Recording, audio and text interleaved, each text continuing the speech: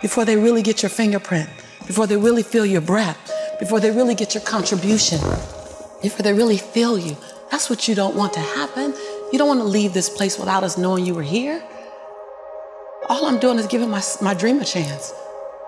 And I'm not extraordinary. You don't get off the hook. You don't get to be let off the hook. I'm an ordinary woman who chooses every day to make one more extraordinary decision.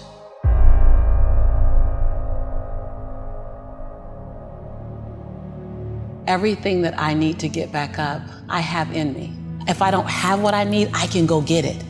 Once I figured that out, the world was my playground. The question was just, where do I go get it? I don't know about that. Where do I go get it?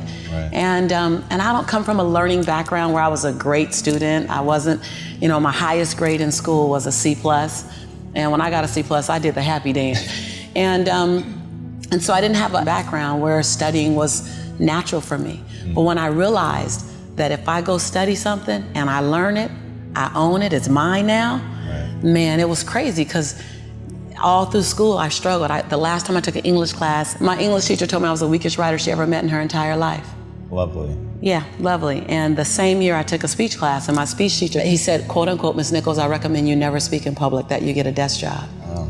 And so That's mean. Yeah, it's just, it was demotivated people, sad people, hurt people hurt, sad people make other people sad. Hurt. Bottom line, don't take it personal, hurt people hurt. See, most people want the convenience of transformation without the inconvenience required for transformation. So my grandmother says, and I love to repeat this, your conviction, what you're passionate about, your conviction and your convenience don't live on the same block. They ain't even in the same zip code. So if you want to have a conviction for something, you have to sign up to be inconvenienced. We're trying to find convictions and passion and breakthrough on the inside of our box. Well, when you realize that the box doesn't even exist, like someone made up, oh, you're playing outside the box. So we all bought into, there's a box. Well, I don't even own a box. I don't even want to get in your box. You better come out here because I ain't getting in there. And so when you start thinking like that, Tom, all of a sudden, everything is possible. So I disrupt people when I say, you want to make me extraordinary because it lets you off the hook. What if the God that we call God, the divine, whatever your faith is, what if there's no partial? It's not going to give me a hookup and not give you one. Not going to give me an opportunity and not give you one. I'm just going to go after it. If I die, I'm going to die on a treadmill, like Will Smith said. I'm going to be on the treadmill running. I'm just not going to stop because I believe all things are available to us. I'm just willing to go after them. Are you willing? And then that is so disruptive because then you got to make a decision. Because it's easier to live inside the parameters of, well, as a black woman, well, as born and raised in South Central, well, I'm dyslexic. I wrote 7 books, I'm dyslexic. So just knowing, I'm not perfect. What I do really well is I manage my imperfection well. And so we're all waiting for perfect. It's an illusion that will never come to you, and it's an excuse to never show up and play. Your story is not meant to be your fortress. Your story is meant to be your fuel. Any story.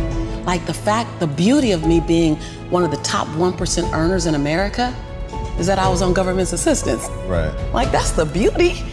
Come on, it wouldn't be a big deal if my family was rich. Whatever, I'm supposed to do something. The beauty is that when you show the little engine that could story, I'm not gonna run fast, but I ain't gonna stop running. I might slow down and have to breathe and catch my breath, but I'm not stopping because I believe all things are available to all of us. And good people should do well. Because when good people do well, good people just do more good in the world. I'm that same girl who ran track for Dorsey High School, who struggled to get through high school, who got kicked out of college because I couldn't afford to stay. That was on government. I'm that same girl. I don't forget her. I'm also that same woman who runs a multi-million-dollar business. I'm also the same woman who has 7 bestsellers. I own both of those. I own all of it. I don't shrink to my greatness and I don't live in my saga and my sorrow. If you can own your brilliance while owning your imperfections, if you can own your giant while owning your smallness, if you can live in duality, constant duality, the freedom will be earth-shaking if you can live in that. See, either you don't want to be as great as you really are, and you're trying to dim your light so that others won't feel insecure about themselves in your presence. And so you keep playing at 79 watts when you know you're supposed to shine at 159 watts. And you keep checking the temperature of the room to see what the room can handle versus just giving the room you and letting them, if your light's too bright, then let them put on some shades.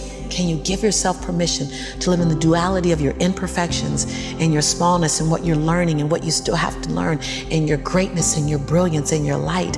Can you allow them to coexist and then serve them up to the world? To love you, to see you, to inhale you, to judge you, to leave you, to love you. Some of us are just as afraid of being loved as we are to be left. If you go where you've never gone, do what you've never done, and say what you've never said, you'll become the woman and the man you've always known yourself to be.